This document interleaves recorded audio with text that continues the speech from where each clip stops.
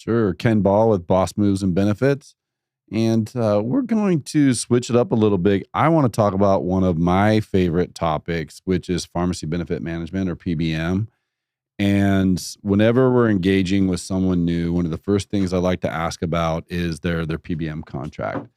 And when I see that they have done a deal where they are reducing their third-party administration admin fee. However, they're doing that in exchange for controlling their formulary and a share of their rebates. What that tells me is that they're probably not getting the most out of their PBM contract and they're leaving a lot on the table. So, Robin, can you help kind of explain how that model works? I was just thinking of an example, which is really crazy. So, we're very fond of unbundling arrangements instead of ASO so that we can get, best in class of reinsurance third-party administration and also PBM. But this is a perfect example of what he's talking about, because when they are reducing your admin fee and controlling your formulary, they're participating in the rebates. And so they're making, trust me, they're making more money than they're giving you or reducing their admin fee every single time. And so we had a small group, like 600 lives, that we were trying to unbundle. We repriced their PBM claims, and there was a significant savings, and the carrier would not allow us to unbundle because they were not large enough to do that. And so this particular group in the summertime, they went away for their senior leadership, went away for a couple weeks, and we didn't get back to the carrier. And I got a call and they said, hey, we really want this business. We don't want to lose it. So we'll give them a $200,000 credit, if they'll come with us. And I'm like, that is insane. For this size of group, a $200,000 credit is completely ridiculous. And I'm like, well, we can't talk to them right now. So, I will let them know. And I hung up the phone and I told Ken, I'm like, I feel dirty. Like, I don't even think that this is like, worth presenting to them. We have to tell them, obviously, that this is on the table. 2 weeks later, they came out with another $200,000. So they were offering $400,000 in credits if they did not unbundle, So it's just, it is murky. You won't see it. You'll think, great, I get a reduced fixed cost, and that is tangible, right? Especially to your CFO. But it's in practice, you're spending more money at the end. So just to expand on that and talk about exactly or more specifically how this works, right? So in a self-funded arrangement, you're probably spending somewhere between $30 and $50 per employee per month as an admin fee for the administration of the plan, and sometimes including network access as well. So a common game that these carriers or administrators are going to play is they'll say, hey, look, if you go with our PBM and you go with our silver formulary, or however it is that they want to describe it, we will credit you back those admin fees. So to Robin's point, awesome at face value, right? You can go to the CFO and say, hey, look what I did. I got us back $30 PEPM. Multiply out that times your employees times the rest of the year. It looks like a great savings in terms of your fixed costs. So here's what they're doing in exchange. So in exchange, when they're giving you when they're taking control of the formulary and giving you the silver formulary or what have you, they are stocking that full of high cost brand name drugs in lieu of lowest net cost drugs like generics or biosimilars, etc. And then they're keeping the rebates on those high cost drugs. So I can give a very specific example of a solution that we were able to deploy last year in a transparent model, which is that Humira went biosimilar. The typical average cost for Humira is $7,000 per month per person that's on that drug. However, Humira provides a rebate to the tune of $3,000 to $4,000. So if Humira is on your formulary, you're paying $7,000, and if you've given up control of that formulary in exchange for the rebate, that $3,000 to $4,000 is going back to the PBM or the administrator. Conversely, the biosimilar for Humira can be sourced for as low as $700 per month. So while a $3,000 to $4,000 rebate sounds great, what we're solving for is the lowest net cost. I mean, number one is always going to be the efficacy of the patient, right? We're here to solve problems for people's healthcare, and we need to get them the drugs, the care, and the access that they need. But we also want to do that for the lowest net cost. So, the moral of this story for me is, pulling apart those contracts, understanding how they work, empowering our clients, employers to make those decisions to get people the care they need at the lowest net cost.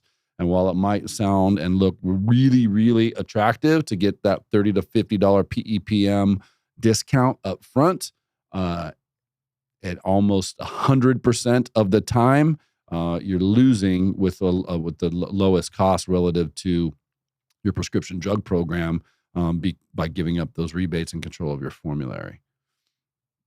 I think that, the pay and chase model, we call it the pay and chase. And if you're not familiar with that, that is where you will have the higher cost drugs on your formulary.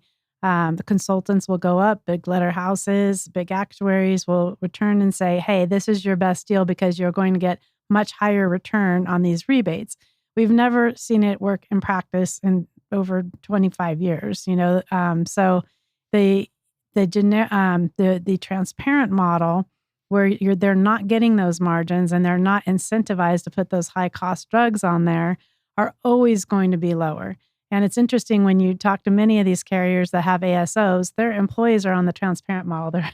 They're not on the model that is being sold on the street, and it's much more profitable. So it's something to really think about.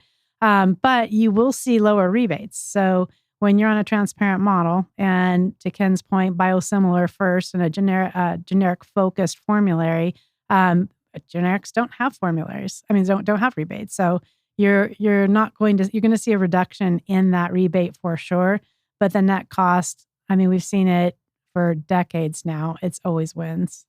So that's a good point, and kind of got my wheels turning a little bit. I mean, of course, I started out by attacking the things that I don't like, right? Which are these restrictive contracts. But I think let's flip that on its head and talk about what we like, right? What we promote. And that is a completely transparent PBM arrangement. Okay, so transparent and transparency is a word that's thrown around a lot. But what does that really mean when we're talking about the pharmacy benefits management world, the PBM, and your prescription drug program? Really, primarily, it's in two forms, right? So we talked about the rebate. So the rebates are reimbursements that the manufacturers provide that can go to the plan, the employer, the TPA, the PBM, in exchange for fulfilling these high-cost drugs. So that pie can be carved out however it is agreed to. In the transparent model, all those rebates are going 100% back to the plan and back to the employer. Part two are your discounts. So most prescription drug arrangements are average wholesale price less X. So let's say X is 20%. So we're sourcing these drugs at the average wholesale price minus 20%. When I tell this story, I always think somewhere there's a guy or a gal in a air traffic control booth with a headset on who's like negotiating all these deals 24/7, right, on any given drug, any given time. And what that means is at any given time, they're going to get more than 20%. They might get 25, 30, 40, 50%. And then what they're doing, because they've guaranteed you the 20, is they're keeping the difference. So in the transparent model, what we're saying is that we're guaranteeing that whatever we negotiate on any given day, that guy in the headset, that discount is always going to flow through to the benefit of the plan. So again, kind of going back to kind of the essence of the conversation is what I see as a good starting point with prospective clients and even existing clients on an ongoing basis is just reviewing the terms in and around that PBM contract and understanding that we need to put them in the driver's seat relative to controlling the formulary, controlling the costs around the PBM. And while it might be teed up as a win relative to discount arrangements, reimbursement arrangements, formulary offerings, et cetera, there's a path to a lower net cost with the same efficacy, on behalf of these plans and programs. And the other thing to mention too is that, this has always been our focus and our mantra and things that we feel like very strongly about will keep cost containment, the best way to manage cost containment for prescription claims long term. We do have a Costco product for this as well. And Navitus has created a product in this model, but also with Costco value. So it's reduced administrative fees and lower shared savings on couponing programs, PAP programs, J-code carve-out programs, and all of those things. So we do have a particular Costco product for it, which is very exciting. But at the end of the day, what we like to do is be able to get a couple years of claims, run it through this model, show you the savings that we could do, and then we'll put our fees at risk for it. We feel very, very strongly. We've always win 100% of the time. We've never had to give our fees back. And we would love to do it for you. So you touched on a couple of the points that we didn't hit on. I mean, to me, the essence of the contract is the big driver, right? So controlling the formulary, 100% pass-through rebates, 100% pass-through discounts, et cetera.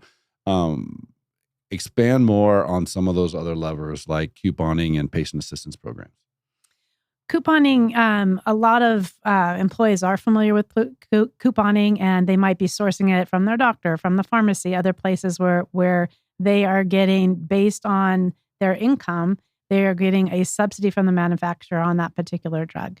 The programs that we like to manage are a proactive couponing program. So we're going to see a drug come in. We're going to make sure that person is eligible to be able to apply that coupon and apply it right away in the same manner. So all employees are the same way. They're not finding out about couponing other places. And what that does when it's proactive like that and managed, then it reduces the employer cost too, because that doesn't come out, they don't accumulate so fast toward their deductibles and out-of-pocket maxes. Because if the drug's $8,000 and they're not paying anything, and you are not counting that as part of the money that's going to go through the account of the employer, then that's where employers lose out. That's really where the savings comes from couponing. Patients Assistance Program is a formal program to assess, lower income and subsidies as well. It's a different type of program. We really like to share the data with our pharmacy partners so that they know which members can actually qualify or not up front, most likely. So we try not to put everybody through, the drudges of it, but you can't be discriminatory either at the same time. And then J-code carve-outs are really for infusion therapies. Normally, those are going through the medical plan. Normally, they're very profitable for physicians to do. So if we can carve those out and put it on the pharmacy side, have it be delivered to the physician, there's significant savings there as well. So does that apply across the board in terms of, generic, brand name, specialty, or where's the biggest bang for the buck? Specialty, of course. Yeah. It's 50% of almost every employer spend. Right. So, I mean, that's kind of where I wanted to take the conversation is just a specialty drug spend, right? So, in the medical cost increase indexes, usually we're seeing 6.5 per year, right? Pharmacy, the weighted average, maybe, 8 to 12% per year. Specialty drug, it's 10, 20, 25% per year, right? And we're continuously seeing these new specialty drugs, come to market. So what are some of the other strategies we could talk about relative to, mitigating the cost of specialty drugs? We just mentioned some big ones, definitely for the reimbursements for lower income and reducing the out-of-pocket maxes for the employer. But really, if you're looking from a PBM perspective, it's who has the largest discounts on those particular drugs, right? So there are specialty markets, but each PBM has their own that they go to. And it's if you see when you're doing an RFP that which proposal has at the lowest guarantee discount on specialty drugs, that's 50% of your spend. That's the biggest bang for your buck right there. And biosimilar first, right? So we used the example of Humira last year. This year it's Stelara. So, just like you mentioned, we're evaluating discounts. Likewise, if you're looking at your formulary and it still has brand name Humira, it still has brand name Stelara, to be blunt, you're losing because we can deliver the same drug with the same efficacy at a fraction of the cost. And that's where, we find the savings at. Yeah, most formulas still have Humira, so it's kind of ludicrous. We just got a new client that has 1,200 lives, which is, fairly small, and the savings was $400,000 moving to biosimilar first. So, and that's just on Humira. So if you can't tell, we're passionate about PBM. We're good at it, and we've got solutions to help you save. Contact us and learn more at www.costcoquote.com.